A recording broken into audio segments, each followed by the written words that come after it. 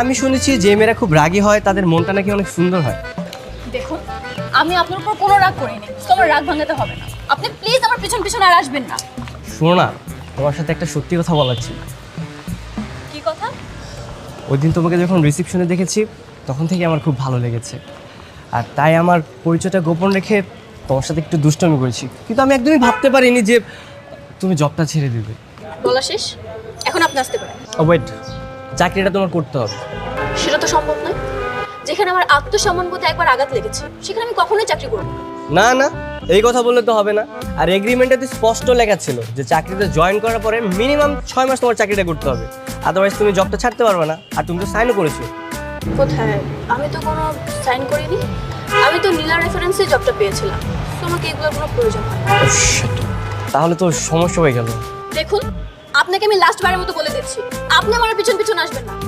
আমাকে দেখে যতটা নরম মনে হচ্ছে না, আমি কি ততটা নরম নই। রিকশা! এত সহজে আমি তোমার পিছন ছাড়ছি না।